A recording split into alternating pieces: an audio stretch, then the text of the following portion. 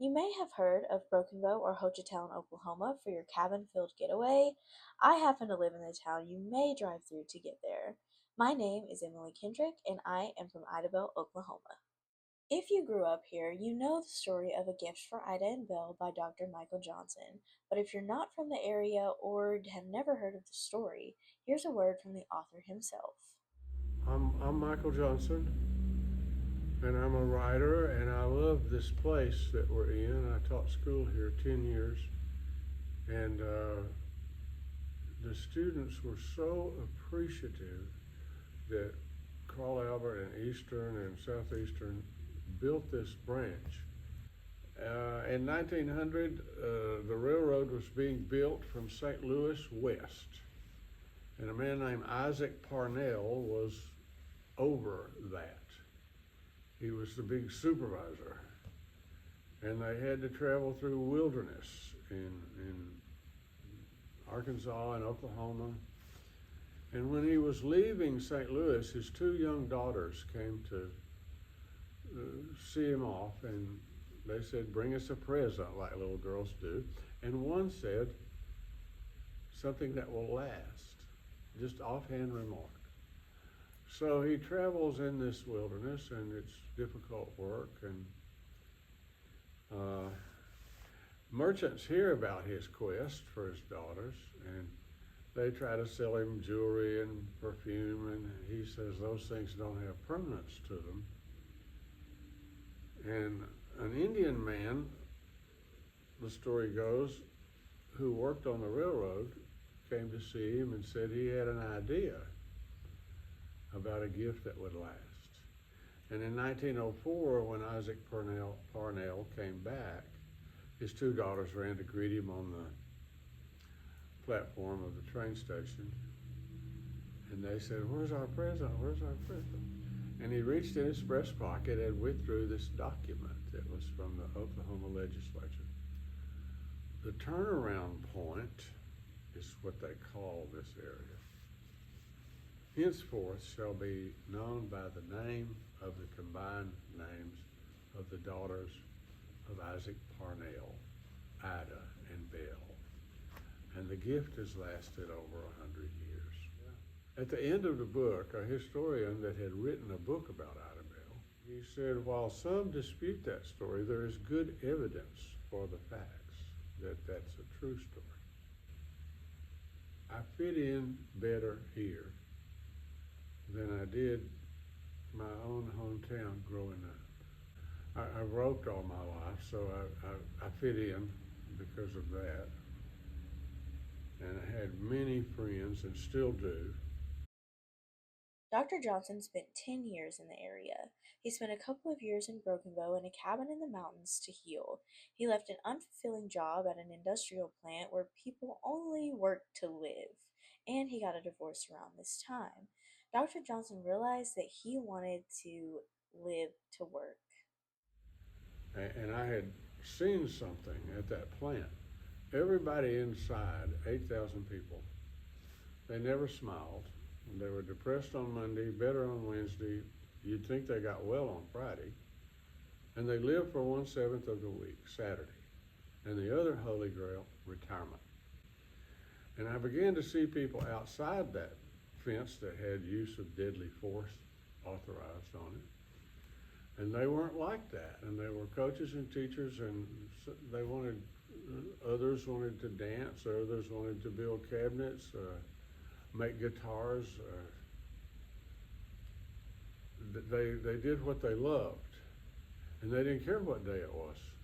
They just wanted to get up and do what they loved. And the quickest way to kill them would be to make them retire. And I wanted to be like that.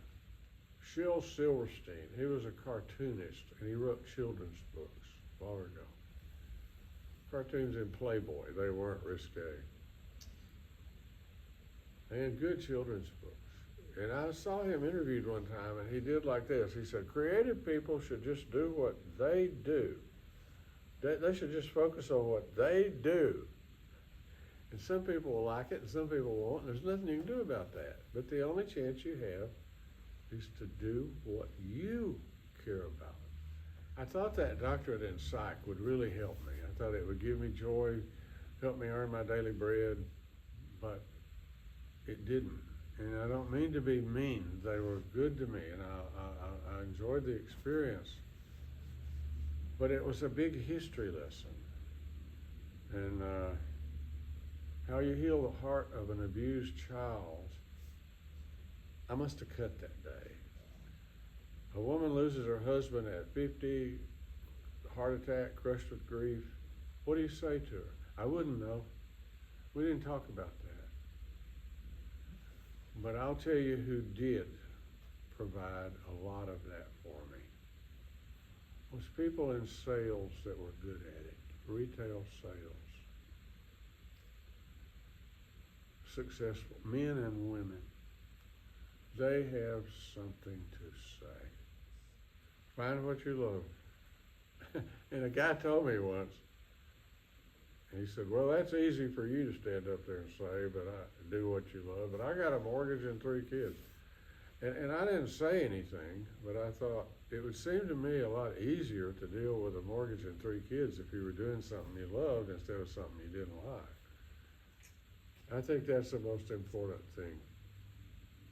Don't do something you don't like.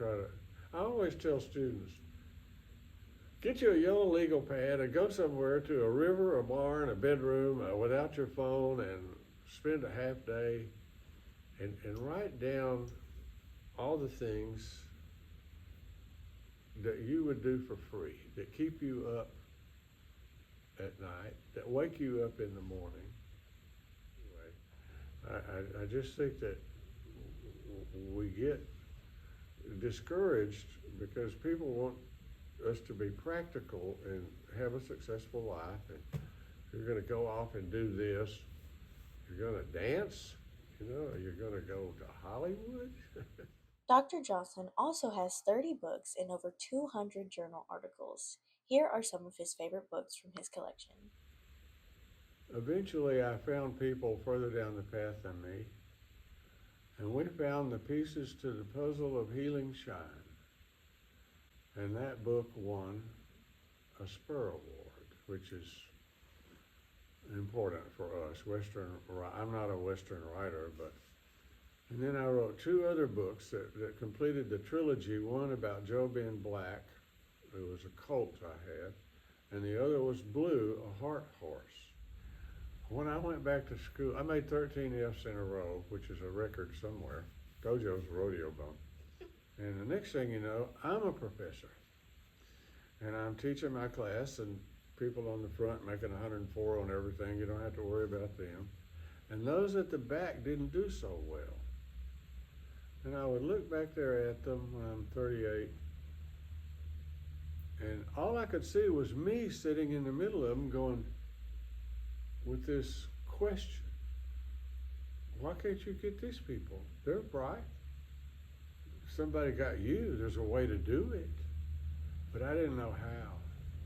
And that was part of the reason I left and changed careers. I was going to find the answer to that question. This has been the short story about how Dr. Michael Johnson found himself in southeastern Oklahoma and ended up writing a children's book about how the town of Idabel got its name. A special thank you to Dr. Michael Johnson for being a part of this experience.